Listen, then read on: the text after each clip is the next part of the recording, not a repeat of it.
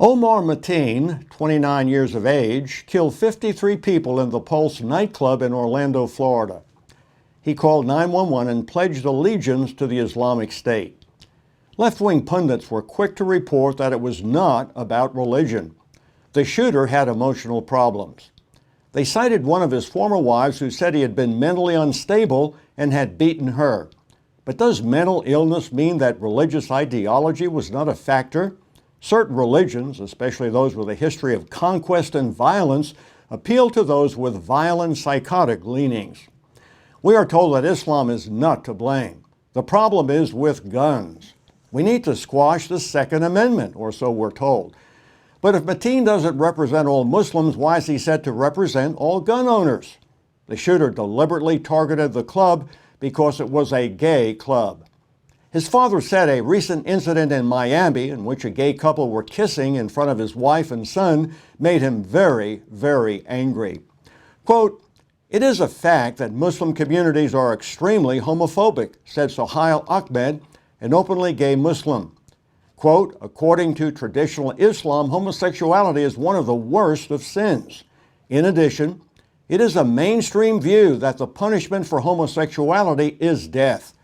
Given all of this, it is not in the least bit surprising that this attack has occurred so soon after an ISIS spokesman called for lone wolf attacks during the holy month of Ramadan. Do we need more proof of this? Well, the Husseini Islamic Center in Sanford, Florida recently featured an Islamic cleric from Iran who argued that it is compassionate to kill homosexuals.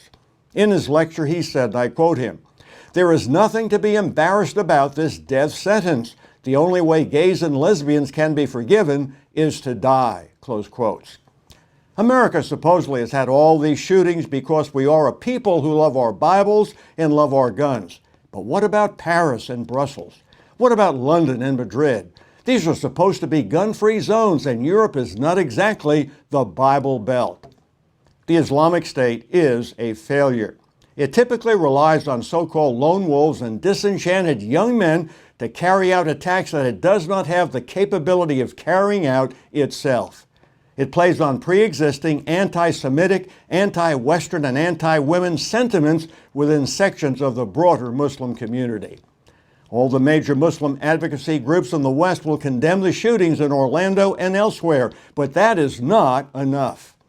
Mainstream Islamic texts and preachers may not call for individuals to execute and punish gays, but they do support having an Islamic State based on Sharia law doing the executions.